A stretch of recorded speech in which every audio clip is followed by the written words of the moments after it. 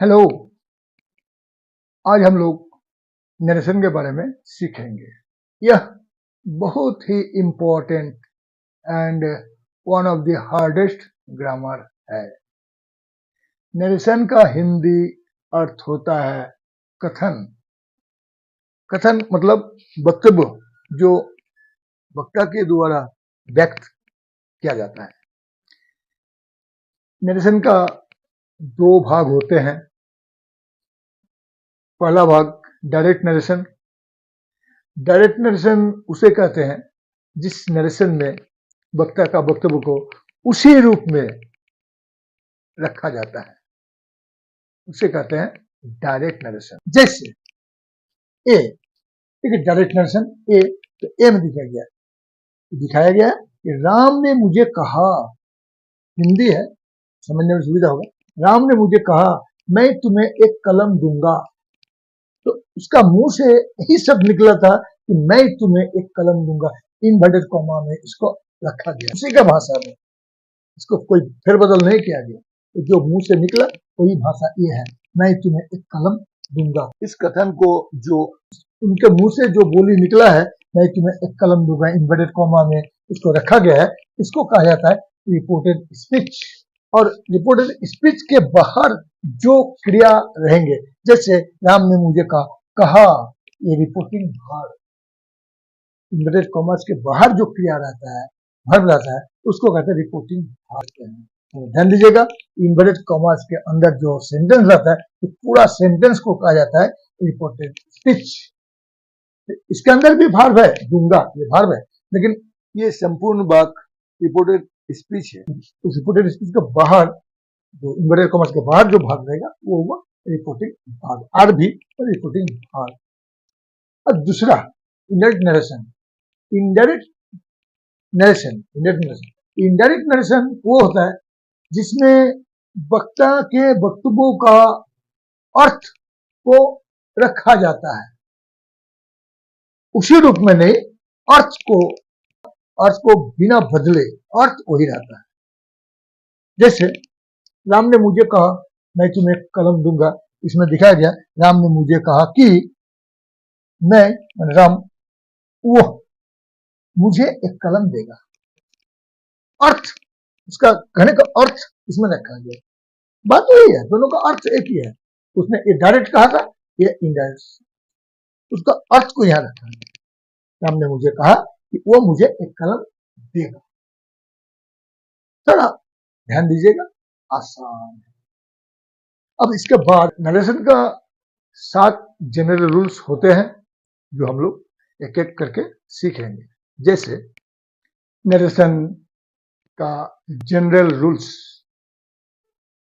Rule number 1, इसमें बताया जाता है डायरेक्ट नरेशन के सेंटेंस को इनडायरेक्ट नरेशन में रूपांतर करते समय रिपोर्टेड स्पीच के आदि अंत का इन्वर्टेड कॉमा में इस ढंग का होता है, लुप्त हो जाता है। जैसे direct narration, he said to me, inverted comma, I shall give you my pen, inverted comma closed.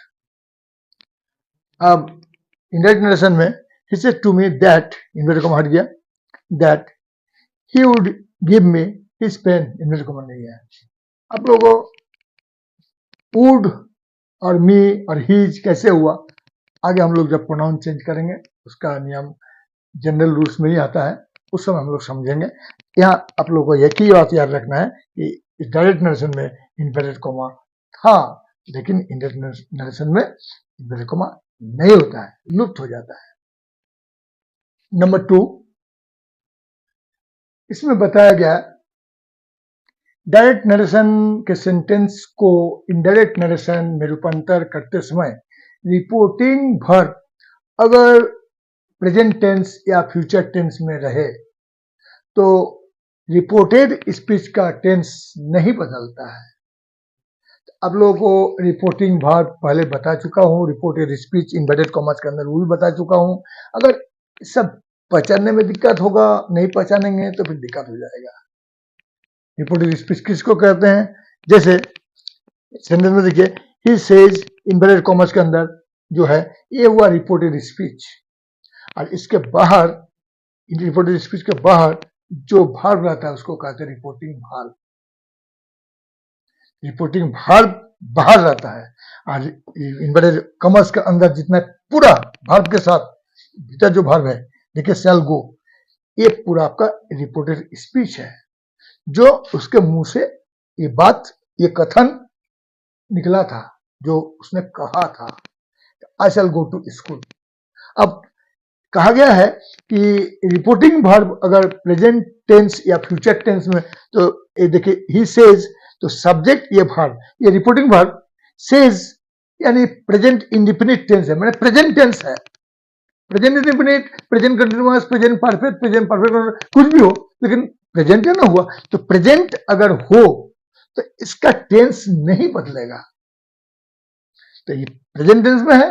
अगर फ्यूचर में भी हो तो भी नहीं बदलेगा। तो प्रेजेंट का देख ले पहले, तो he says I shall go to school, तो इनडायरेक्ट में क्या हो जाएगा, he says that he will go to school, I shall go to school, यहां पर ही विल गो, आई से ही कैसे बन गया, आप लोग जब प्रोनाउन चेंज करेंगे तो आप लोगों को ठीक से समझाया जाएगा, बताया जाएगा, आप लोग समझ सकेंगे। अभी इतना याद रखिए, आपका शैल गो था, यहां पर देखिए शैल की जगह विल हो गया, लेकिन शैल गो विल गो एक ही टेंस में है, सब्जेक्ट का पर्सन नंबर के अनुसार ये बदल गया, फर्स्ट पर्सन था इसलिए शैल गो था, ये थर्ड पर्सन इसलिए विल गो।